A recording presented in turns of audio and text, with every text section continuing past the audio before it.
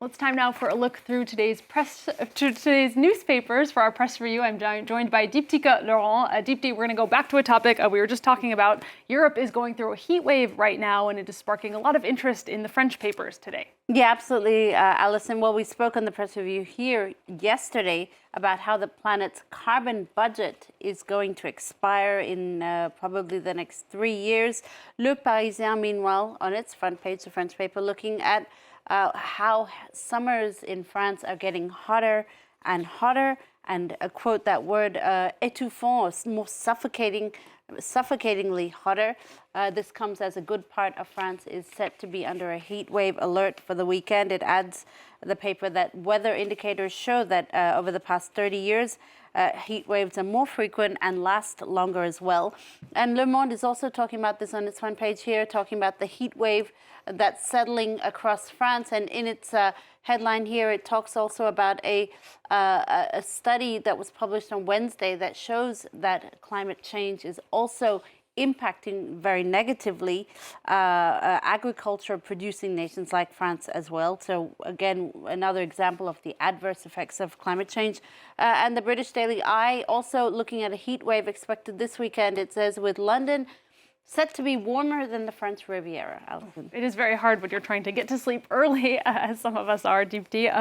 Lots of focus also on Paris, which, this is exciting news, is going to open up parts of the Seine River to bathers this summer. Well, it was after a very expensive and very long process to clean out the Seine River in time for the Paris Olympics a year ago. And it's also the focus of this newspaper here, a German paper called Tageszeitung, a German daily, which looks at Paris's authorities' initiatives to mitigate the risks of climate change in the city.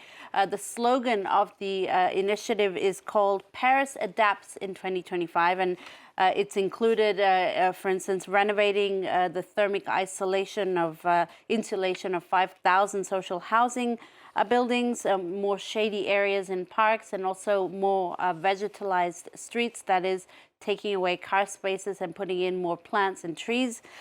This is all good, but what happens when temperatures rise to 50 degrees, as this could be a possibility? This is something that scientists have been warning us about for many years.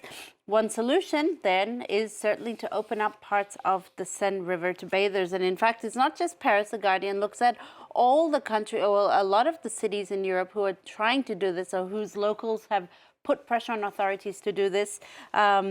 City dwellers want more and more, are asking authorities to make the waterways swimmable. In Berlin, the Spree River, where locals have been rallying to lift restrictions on swimming in place since May 1925 because of poor quality, so you have an effort there. In Oslo, a cleanup process began in 2006 to rid the Oslo fjord of pollutants, and today it's a swimming paradise, Alison. And in Copenhagen, similar efforts have also made that city swimmable. And Amsterdam also has a tradition of swimming in the city canals. It makes me want to go on a swimming tour of Europe, Deepti. We're going to move on now over to the U.S., where the Democratic primaries to find a candidate for the New York mayoral race are underway. Yeah, and things got pretty tense between two of the front runners ahead of the June 24th election. You have Zoran Mamdani and Andrew Cuomo, Politico reports. Mamdani really trying to shift the narrative to criticize the pro-Cuomo PAC funded by billionaire Michael Bloomberg, which he describes as an attempt to buy elections. Andrew Cuomo's team, meanwhile, focusing on Mamdani's refusal to condemn the phrase "globalize the Intifada," which many Jewish people see as a call to violence against them. Ultimately, though, as Economist writes here, the New York mayor's race is really a study in Democratic Party dysfunction. A party with a bad reputation for local governance shows few signs of turning that around, and it's certainly evidenced by this particularly tense and sometimes nasty New York mayoral race, Alison. All right, more bad news for Democrats, I guess, Deepti.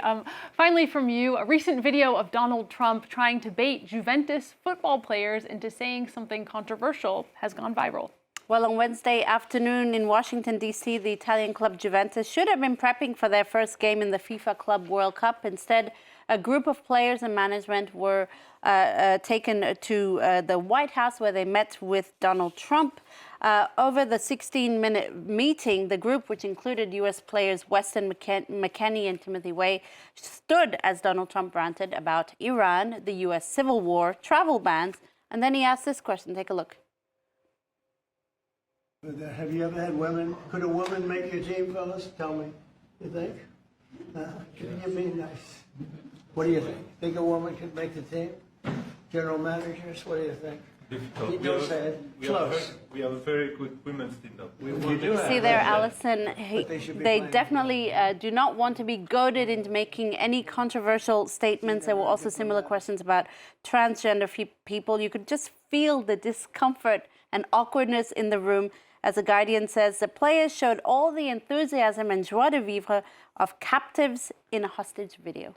Well, good on them for not giving in, not giving in to the baiting. Deepti, thank you so much, as always, for that roundup of what's going on in the newspapers. Time for us to take a short break here on France 24, but stay with us if you can. We'll have more news coming up in just a moment.